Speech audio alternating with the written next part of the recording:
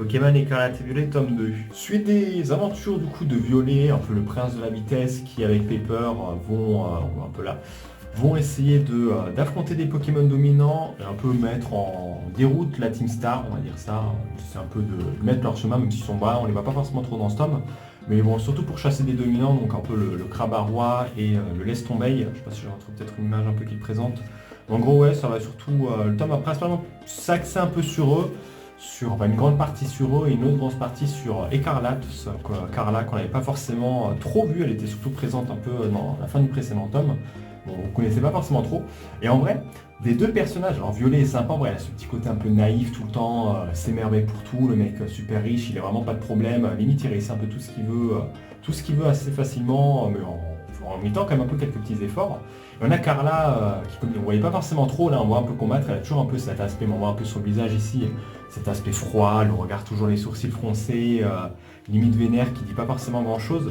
Mais pourtant en vrai, plus on commence un peu à la découvrir, plus on voit qu'elle fait genre des petites piques un peu sympas à Menzi, genre la Menzi à un moment qui lui dit, qui essaie de lui dire quelque chose, lui elle dit ouais mais en fait on lit dans toi comme dans un livre ouvert en fait, genre elle a un franc-parler qui est assez sympa mais qui donne, tu vois un peu plus le caractère du personnage par rapport, vraiment c'est pas juste un personnage qui reste froid, qui est en mode non je reste stoïque et tout ça, elle a un petit franc-parler, même si elle ne le montre pas forcément trop, on voit qu'elle a un peu des émotions, qu'elle essaie un peu de s'acclimater un peu avec les autres, d'être un peu dans leur délire et tout ça.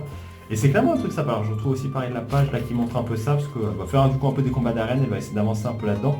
Elle va se prêter aussi un peu en jeu, genre là, elle va se déguiser, elle fait une phrase, je suis pas venu ici pour perdre, ok, genre vraiment ça sort des petites mimiques et des petits gags un peu comme ça, je trouve, qui font plutôt plaisir, clairement. Et clairement, pareil pour les combats de Pokémon, j'ai l'impression depuis quelques arcs, c'est surtout des trucs assez expéditifs. S'il n'y a pas une attaque qui one-shot un Pokémon, je pense que les scénaristes meurent. Ils se concentrent surtout plus, j'ai l'impression, sur le scénario plutôt que les combats. Ce qui peut être une bonne chose, mais en vrai, il y a quand même des combats qui mériteraient peut-être d'être un peu plus développés, même si tu as des trucs sympas. Genre là, on a le combat contre Machine qui dure quelques pages, et qui va continuer dans le top prochain. Donc, c'est pas un truc qui est trop expédié non plus, mais j'aimerais bien quand même que ce soit peut-être plus mis en avant et pas des trucs super faciles qu'on a depuis quelques séries. Où vraiment, genre, comme dit, c'est des trucs avec des attaques et tu vas quasiment tout le monde. En tout cas, ouais, c'est sympa. Ça fait plaisir de revoir un peu ça, de redécouvrir un peu quelques Pokémon que je connais vite fait, qu'on a pu découvrir un peu en jeu. Une bonne série, j'ai hâte de voir un peu ce que ça va donner. Et en vrai, pareil, j'aime bien le côté un peu explorateur de Carla qui montre un peu des trucs qui peuvent être possibles dans l'univers de Pokémon, genre des chasseurs de trésors.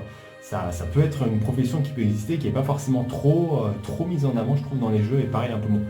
Et Violet, c'est plus un truc coureur, mais ça peut être aussi un truc qui peut être mis en avant dans le jeu.